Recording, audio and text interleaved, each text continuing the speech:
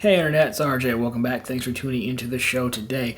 Now, today's episode, we're going to take a look at Huntington Bank and their full credit card catalog as of late 2021. So, in typical fashion here, we will quickly familiarize ourselves with Huntington Bank. We'll talk about their rewards earning structure, then we'll talk about some personal cards, a business card, they even have a commercial card. Then we'll come out on the other end and decide if these cards are for you. I've also thrown in a little bit on the back end about some bank account bonuses they have, so if that's interesting to you and you want to make a little bit extra money on top of the cards, then go ahead, press the subscribe button. Let's get to work. Okay, so first things first, let's familiarize ourselves with Huntington Bank before we get into it. So, classic did you know slide. So, Huntington Bank HQ is in Columbus, Ohio. They are actually the 35th largest bank in the United States. That is due to having about $175 billion in assets as of 2021. They have locations in Michigan, Ohio, Pennsylvania, Indiana, West Virginia, and Kentucky. However, if you see something you're interested in here, it is important to note they are merging with TFC Bank, and this is going to allow Huntington to enter the Colorado and Minnesota market as well. So expanding the footprint is always a good thing to see. Okay, so now we know a little bit more about Huntington Bank. Let's take a look at their points earnings, and then we'll talk about the cards themselves. So here we go. Points earnings we have. Their cards are going to earn points, but it's basically like cash back. Now, also, unfortunately to note here, there are no sign-up bonuses, at least at the time of recording. I did not see any in either of their cards. Now, must redeem a minimum of $25 worth of points, so 2,500 points or $25. That's the minimum you have to do to make a redemption. So what can you redeem for? Well, the classics here. Cashback's going to be your primary go-to. Statement credits into a Huntington Bank account. You can also do the gift card things. They have travel as well and merchandise. But again, these are going to be cashback facing cards, as you'll see in a second. So that was the Huntington points earnings. Again, basically cashback cards. Now we're going to touch on the personal card first.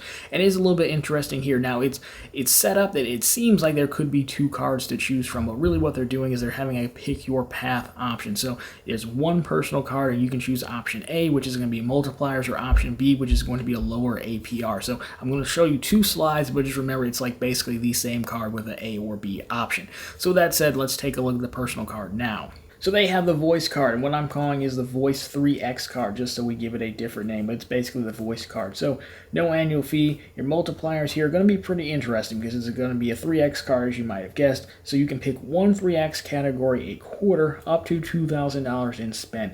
And they do have quite the list of categories. So we have gas stations, travel and entertainment, restaurants, discount warehouse stores, grocery stores, utilities and office supply stores, electronics, computer and camera stores, department apparel and sporting goods stores, auto parts and services, and home improvement stores. Now, as far as benefits, there are a few here. There are no foreign transaction fees, no penalty APR for a late payment. It basically means if you miss a payment, your APR will not go higher, and a late payment grace by 1 extra day. Now, that is if you choose the 3X option of the points earnings card. Now, if you were to choose the voice card, what I'm calling the voice lower rate card, again, there's no annual fee. There are no multipliers to be had because you're essentially saying no to the multipliers, and instead, these are the benefits you're going to get. You're going to get a 2% lower APR, so whatever your APR would normally be based off your credit score and their underwriting, they would just drop it by 2%. No foreign transaction fees, no penalty for APR late payment, and again, you're going to get that late payment grace by 1 extra day. Okay, so that was their personal lineup. Again, that was one card with two options. Now, they do have a business and a commercial card. There are no options for that. It's just straight up one business, one commercial. So let's look at those, and then we'll give our thoughts on the full card catalog after that. So starting out with the Voice business card, they love the name Voice here. Annual fee is $0.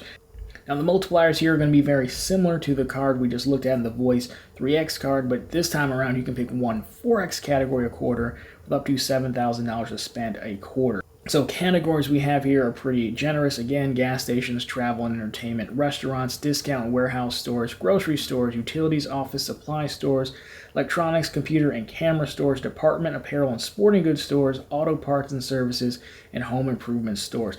Benefits here look the exact same. No foreign transaction fees, no penalty APR for late payment, and late payment grace by 1 day. And the last card we have is the commercial card. Now, there's not a ton of information on their site, but some generic points. I did just include it just so we're doing the full catalog here.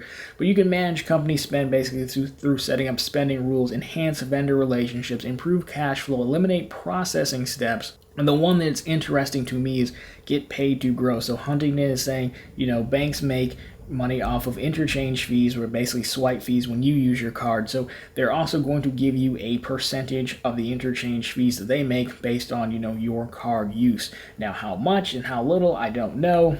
But I did think that was an interesting take on it. Now, the reason they don't have a ton of information on this card is because you're supposed to apply through a business relationship manager to get it, and then I think they'll give you the information there. And so there we have it. That is the full Huntington Bank credit card catalog in late 2021. Now, I do think it's interesting.